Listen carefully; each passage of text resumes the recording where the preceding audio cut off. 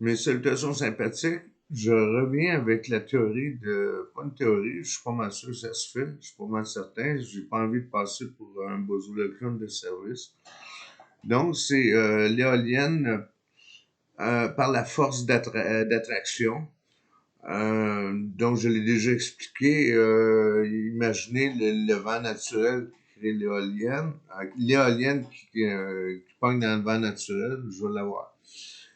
Donc, l'automobile qui circule, qui crée un courant d'air. Imaginez un chien qui sort la tête de l'auto lorsque l'auto roule. L'espèce de vent qui lui rentre dans le visage. Donc, c'est le même principe avec la force de gravité. Il s'agit d'avoir une éolienne qu'on laisse tomber dans le vide, évidemment, dans une installation spéciale. On ne la laisse pas tomber au hasard dans le vide de même. Donc, elle tombe, puis en tombant, il y a de l'air qui passe au travail, qui est créé. Et de cette façon-là, il y a une énergie très puissante, parce que c'est beaucoup plus puissant, je dirais, qu'un automobile, avec la vitesse de la force d'attraction que ça peut atteindre. Euh, c'est ça.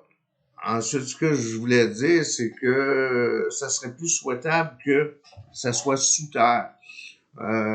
Pour qu'un truc comme ça vaille la peine, on parle d'au moins dimension de 20 étages pour que ça vaille la peine. Et évidemment, plus qu'on augmente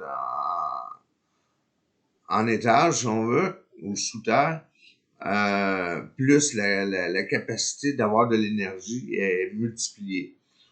Donc, ce que je voulais dire, c'est ça, c'est sous terre, parce qu'au-dessus de la terre, avec c'est drôle, le vent qui pogne dedans, c'est trop fragile, la météo. Donc, ce serait mieux que ce soit sous terre.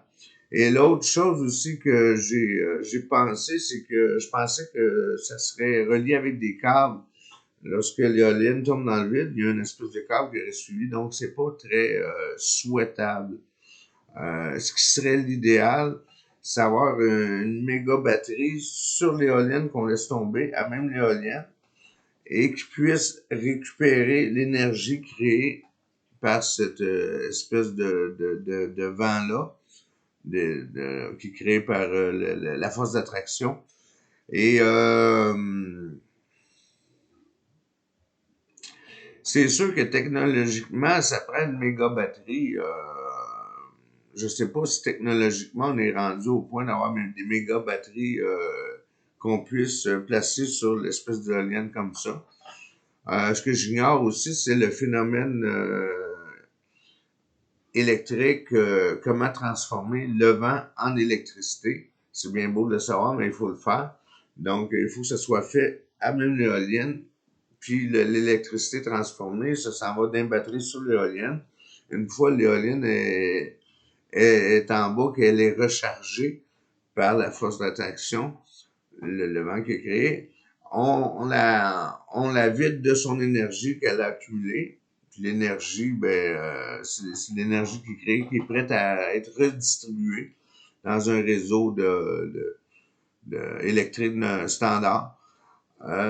J'estime que si c'est fait massivement, si l'éolienne est assez massive et qu'on puisse en propulser plusieurs, une à la suite de l'autre, avant de les remonter,